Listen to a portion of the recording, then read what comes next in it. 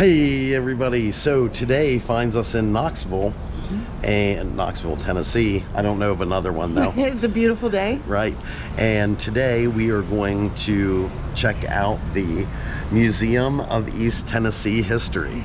I cheated, I read it off the sign back there.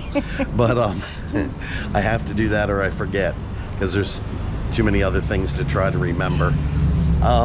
This museum will take us through the people of East Tennessee and some of the historic places that are here and the history timeline. Yep, so follow us. Let's do it.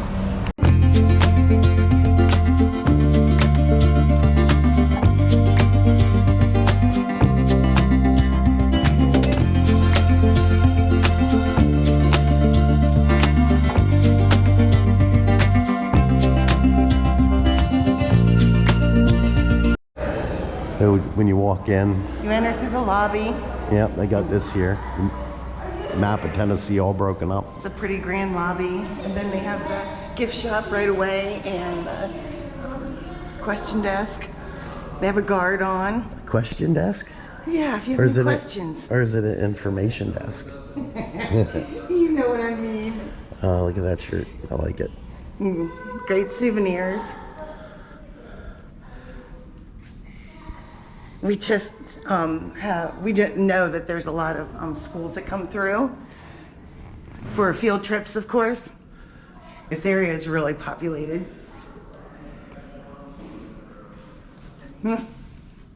Lots and lots of fun things. That sounds like a disease almost. Honky tonkies. Honky tonkitis. Honky tonkitis. But they have lots of books. Crockett at 200.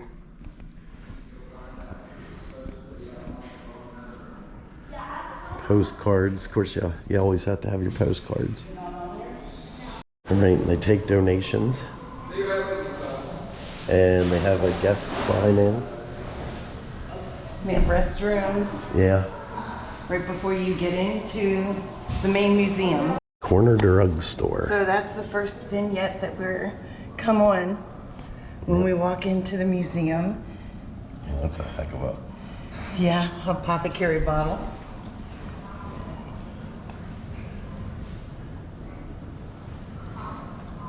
So I get it. Okay, so it's like a little cityscape. Yeah, so the corner drug store. We're gonna go in here first and check this out. Oh wow. Yeah. So this looks reminiscent of early 1900s, late 1800s for sure. Trying to look for a date. 1910. 1910. Cash register, which is here. And this little box of trinkets looks early. Yeah, 1900s, early 19. Huh. Yeah.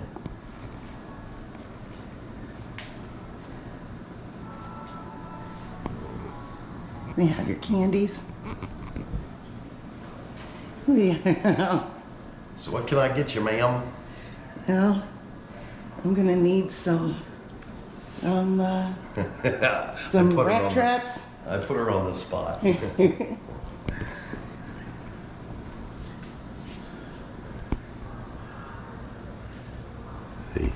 if it would have been up to me, if I would have been on this side, she said, how can I help you out? And said, the doctor said I have to give a laxative. Not in my store, you don't. Oh, funny. These things are funny. Uh-oh, you gonna get on there? Of course. Whoo. Or just pretend you don't know how to read that. Yeah, in we'll metrics just, or whatever it is. We'll slide away. So there, if you need some stamps, you got 4 and 3 cent stamps. And I thought this little push bar was cool. Yeah, it is kind of cool. You got this soda jerk. And then they have these, what would they call these, murals on the wall? Yeah, murals. The big trolley. Yeah, that's fun.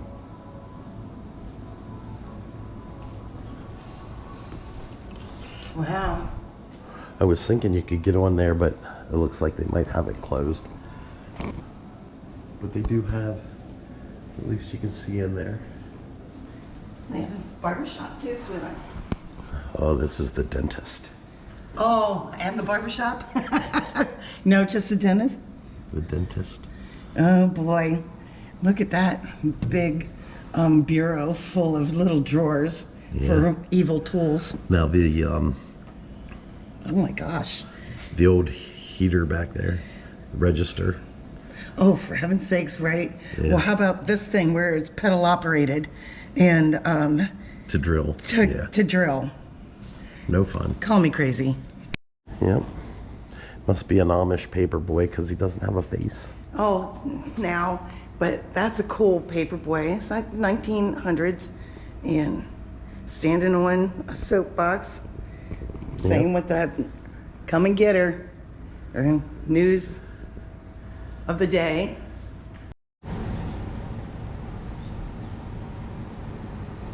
Our ancestors came to these fields years and years ago. About the field generation. We were the first time. It smells like the summertime. Mountains, pretty creeks and streams. A community that was centered around church. When we stayed here, we're happy to sit under the shade trees and play the fiddle and play the little farm. It's home. And home to my ancestors. East Tennessee geographically starts at the Cumberland Mountains and ends at the Smoky Mountains with a very nice valley in the middle.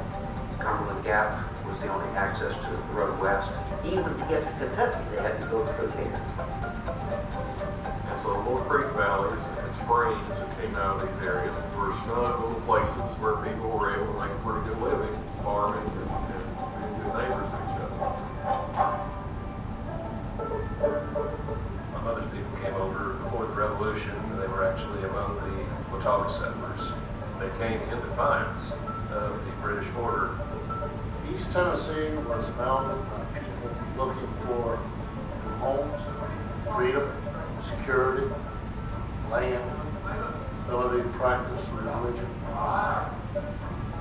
The Longmires and the Irwins and the Hills and the Houses, Stooksbury's, they stayed there pretty much intact until mid-1930s.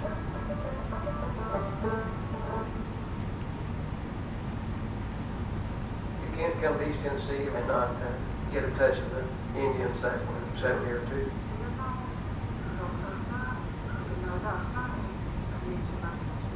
Oftentimes I will find broken chips when you can imagine someone back living in that very same spot. The Cherokee were the first who had to leave their homes to make way for what the federal government thought was progress.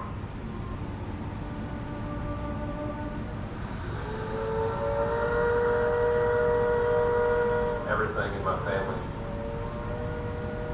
can trace back to the Civil War.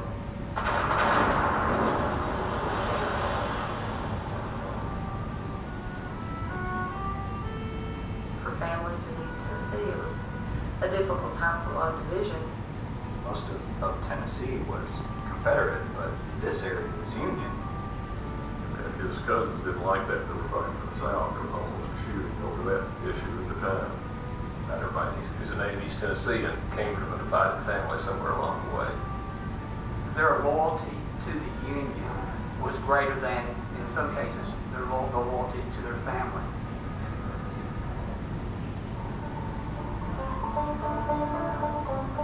And all of them had 11 or 12 brothers and sisters. So by the second generation, certainly by the third, the man was gone. The region attracted businessmen who started factories. It was easy to ship things out by rail. In the last 100 years, my family had to look for other ways to make a living. Some of them were what they call wood butchers, who dealt in lumber. My granddaddy, my mother's daddy was a miner. My daddy was a miner. That was the job to the mountains. You could just see the danger. You could hear people yell fire in the hole if you were in the yard. You could get in the porch because the rocks could be flying over the yard.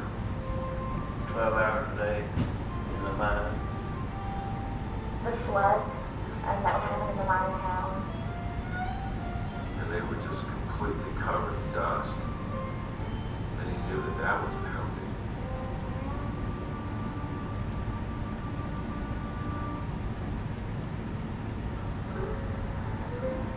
We have been invaded by the lumbermen, we've been invaded by the coal people, we've been invaded by the dam people. They brought difficulty, and they brought relief. My great-great-grandfather had 12 children, and all of them were displaced with their children and grandchildren. So we're talking lots and lots of people here. He said, I have 3 little children buried up there on the hill under the cedar trees. You say this will help a lot of people. If that is true, then I'm ready to go. Now, my dad, he loved that old way of life. My mother, she rejoiced in the electricity. Pristine, but there's no people. It's land and it's mountains and it's sky, but there's no people. It took quite a few years for the next generation to see the so-called good.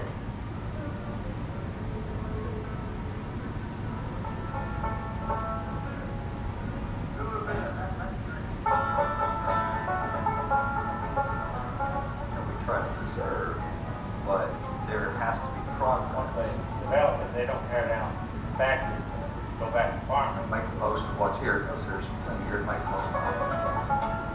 My great-grandma and her sisters used to play the fiddle and the banjo on the porch. The era that's unrefined, but underneath there's a lot of wisdom. Really marathons, really rib cook-offs, and there's nothing wrong with it. So many people that farmed that land before me, generation after generation. You learn the value of hard work, you learn respect for the land. We have fairly conserved this particular farm right here. Hope our children will continue to farm, but if they don't, then someone will have to buy it after. I spent my teenage years looking for myself, but I didn't truly find myself till I knew where I came from, and that's East Tennessee. It makes beautiful valley, wonderful people, old traditions. Sense of community where everyone was there for each other. You know, a perfect day for me is when the cows come in and give a lot of milk. Hike on the mountain trails, know people around, seeing vistas. We seem to stay here. We want to stay here. We love it. It's so home. I wouldn't want to live anywhere else.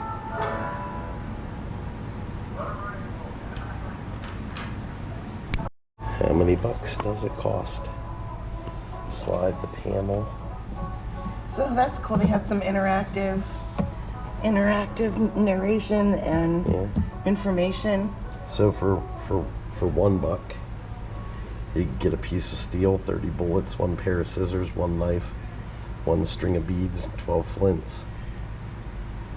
And you can see the different things you can get there. You can get a gun for $35. Well, trade was where it's at. Yep. From the 1600s on, I guess. The 1762-ish. There's a string of beads. See if you can try to do this. String of beads? Mm-hmm. No, there's an art form there. And that was, Making the tiny little beads. this was actually made in 1758.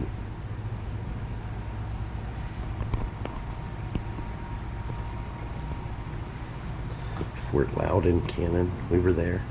We sure That was were. a pretty cool place. Yep.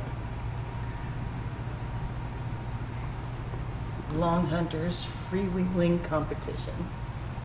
Yeah, now this is a Virginia road wagon. What a crazy, crazy huge wagon. The construction of it. Yeah, it's awesome. The isn't fact that it exists still. Gorgeous, gorgeous piece of equipment. Some old surveyor chains and the surveyor compass, somewhere between 1784 and 1864. And beside it is what they called the deed box. Thomas Gillespie, 1780 in Washington County. They also have a really cool thing in here for kids. Interactive stuff and toys and Yeah, this is where the field trips would come, and Yeah. yeah, for Yeah. sure. Yep. They'd learn a lot about history today just through these interactive compartments. right. Reverend Samuel Doak. Yeah, that's pretty intense. There's a lot of history to be learned about these individuals all throughout Greenville and East Tennessee. Yeah. There's Crown this mighty effort with victory and smite those who exalt themselves against liberty and justice and truth. Help us as good soldiers to wield the sword of the Lord and Gideon. Amen. Amen. So the War of 1812 won Tennesseans national recognition for their military and political prowess and garnered the nickname the Volunteer State.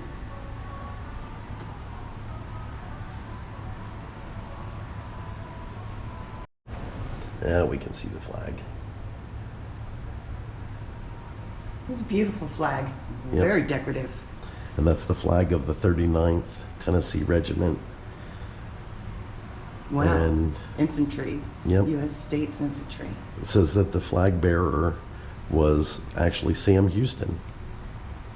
And it was carried at the Battle of Horseshoe Bend, March 27th, 1814. Oh, there's some gorgeous folk art on the wall. Yeah.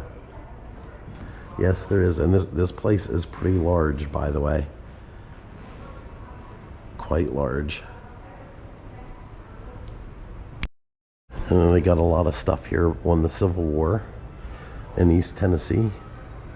And it was a divide Yes. between Union and Confederate, family divided. So this is if we can hold Chattanooga and East Tennessee, I think the rebellion must dwindle and die. President Abraham Lincoln to Major General Rosecrans, October 4th, 1863. In the late summer of 1863, following pivotal Union victories at Gettysburg and Vicksburg, the Western campaign shifted to East Tennessee. The campaign for Atlanta began with the struggle to control the key railroad junction at Chattanooga. By the spring of 1864, Union forces essentially held the region. That was another turning ground.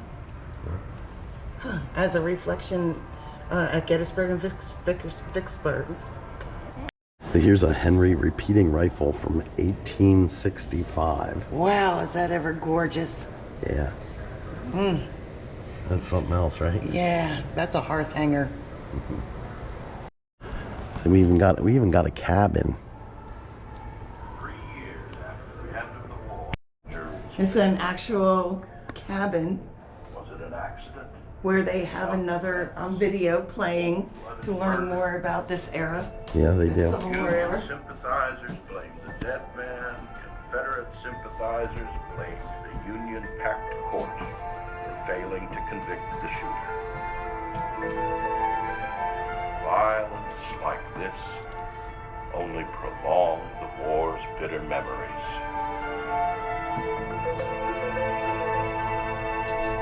Now Lee's favorite section. We can make some moonshine now. That's pretty incredible. Sure. This section looks to be about industry Yep. and their culture and turning into the cities. It was shaping the railroads. And It's so fantastic. Stephanie wants that salt and pepper Look shaker. at all those souvenirs and how I just dig it. I dig all that. That's like from when I was a kid, that stuff was still around. Yeah. Those shows and those kinds of souvenirs at Dog Patch, theme park. And the Kickapoo Joy Juice. Yeah. So these are examples of trophies and souvenir dishes and cups and and items that would be presented for winning different things during the teens. I'd say 1910s, 1910 through 1913.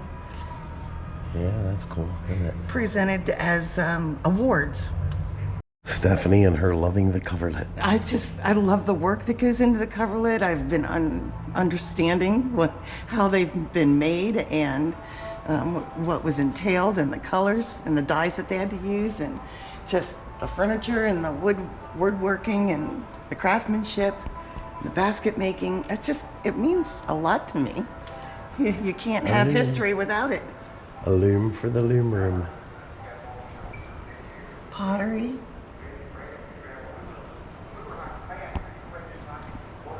The looms, yep. Try your hand at weaving. Here's your chance, Stephanie. I believe if I could just get these arthritic fingers to work, we could do this all day long. I picked the right hand, didn't I? Probably not, but I don't think that's gorgeous, but it's not terrible. But it works. It works. So I actually have something similar like this at home. I still have to make, but because I'm going to change it a little bit, that's what the holdup is. You have to do some research. Yes. To make it your own. Yes. But yeah, we absolutely going to do the hillbilly thing and create your own porch picking, huh, honey? Yep. I want a homemade box banjo. Cigar box. Cigar box, yes. Or bedpan banjo. These were song books. Yep. There's nothing like it. The instruments and the music that came out of the Smoky Mountains. There's no comparison.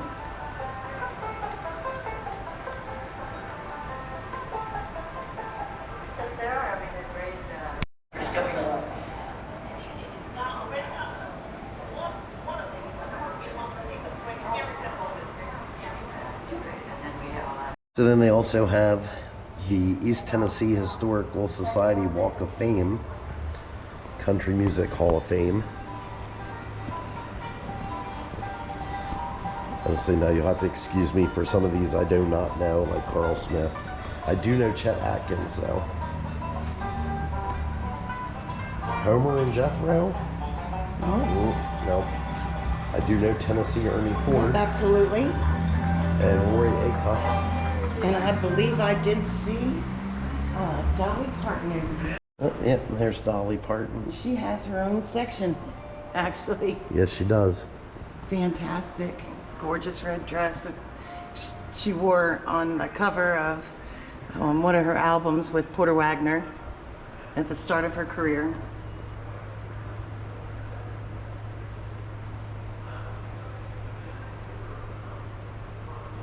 So this is notable.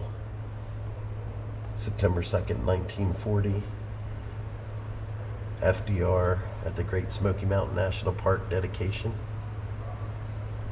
So this chair here, you can see with the like straps on it, like it would be a backpack, actually was kind of a backpack. See there? And there's a story about this that Jack Huff, semi-invalid mother, Martha, expresses she wanted to see the sunset from Mount LeConte, and Jack strapped her onto this chair and then onto his back and carried her the 7 miles to the 6,593 foot peak, according to one account, and the chair was constructed by a local craftsman in Lafayette. Yeah, that's something else. That's a love there. So this is interesting. This marquee is the Tennessee Valley Authority, Reshaping the Land. We are conducting a social experiment that is the first of its kind in the world. The work proceeds along 2 lines, the physical land, water, and soil end of it, and the human side of it. And that was a quote from President Franklin D. Roosevelt, 1934. Tennessee Valley Authority, the TVA, was the federal government's most ambitious New Deal project. It promised flood control, improved river navigation, cheap electrical power, agricultural assistance, and recreational facilities within the 7-state region. How about that? How about that? I personally don't like social experiments being conducted on me, but I think we all have with COVID, so. Well, that's the first where many families that had been there forever were forced to leave their homes. So to make room for the experiment, that would be the dams and the foundation. Yeah.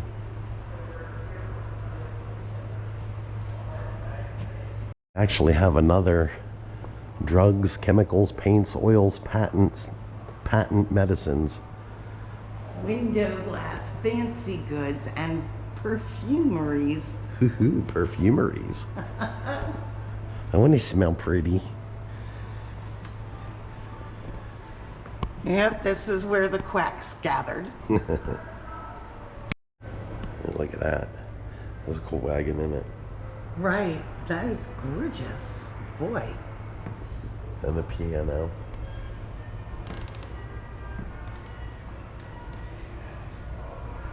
And then, of course, there was the Manhattan Project, Oak Ridge. Which we also have a video out on Oak Ridge and Yes. The Secret.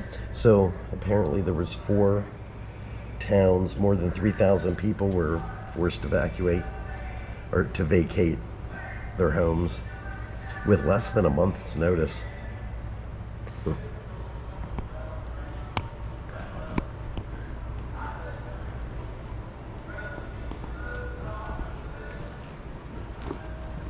Oak Ridge. Secrets from Oak Ridge Kitchens. And they have the atomic symbol, restricted for good eating.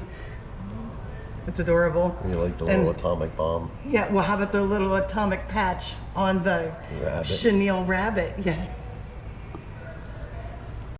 I spy with my little eye another elf. Yeah, there we go. And I love him. Yeah, Rock so, City. So this section's Sea Rock City. Lookout Mountain. Yeah. Yeah, and here's some stuff from the 1982 World's Fair. This is very, very important. And we highly recommend if you're going to come to Knoxville, you visit the Sphere. Yes. Take the elevator. Go up there. Yes, you have to do it while you're here. Get as much information as you can. So here's a 1902-1903 Cadillac. That's some fanciness right there. So this is something we've been wanting to see. There is the kiosk. Yeah, the U.S. Weather Bureau, Department of Agriculture, first kiosk. Now I'm not seeing. Well, originally It would have had it stuff had the in clear there, but glass yes. that you could read the barometer, the daily weather. You wouldn't Right. have to wait to read it in the paper what the weather was the day before. Yeah. But that's no longer. Well, here's what it would have looked like inside. You get the thing up there at the top that would have told you the humidity. Then there was a rain gauge. Then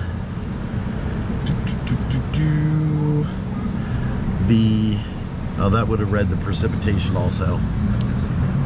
The barometer and another thing for temperature.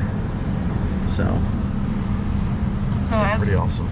Oh yeah, and this would have been a temperature gauge. Yeah. But that was like a main thing that in 1911 people, or through 1933, people really wanted to see that.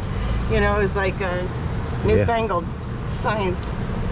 All right, so what did you think of the museum? Well, it was a fantastic museum. The first floor was really excellent. Take it at your own pace, and you walk through and you got to read. It was interactive. They have sections for the kids. It's well done, very well done. And very exploratory. Very. Yeah. There was some sections that things were missing. Right. Especially the Native American section. Right. That is true. But that's a given anywhere. Yeah. In any museum anymore. So let's talk about the third floor. You do have access to the third floor, which is a library. Yes. And on that floor, there are amazing paintings, artifacts, bronze, sculptures, truly incredible art that we could not film. But yeah, there was no filming allowed on the third floor. But I highly recommend you come and to check see that this out. building. You do yourself justice. Take yourself to the third floor by elevator. Yep. And just walk around the history up there. There's the original section of the building that you can see, and the architecture. Yep. And this crazy good. This is literally, I mean, it's on Gay Street, but we're smack in the middle. Yeah, if you come out downtown, if you literally come out the back door, you're on Market Street, which has a lot of stuff which we filmed before. Yes. Yeah, they have an art walk, which is a beautiful park that which just we'll has kind of give all a little kinds. show of that, but. And then they have, you do want to park in the parking garage when you come into Knoxville. Yeah. You just do. Yeah. It's convenience. It's reasonably priced. Yeah. And it's like $2 for the first hour, and then what, $1 for each additional hour or something, so which no more than like $7. At any rate, we want to thank everybody for watching. If you like this video, please like and subscribe. And until next time, have a Steph-N-Lee day. So lots of really cool places here. I love the Tennessee sign there. And this is the museum we just came out of. They're setting up for Christmas. It's got Stephanie excited. Oh, look at that big tree in the square, honey. The big tree in the square. That they're setting up. Yeah, I did that.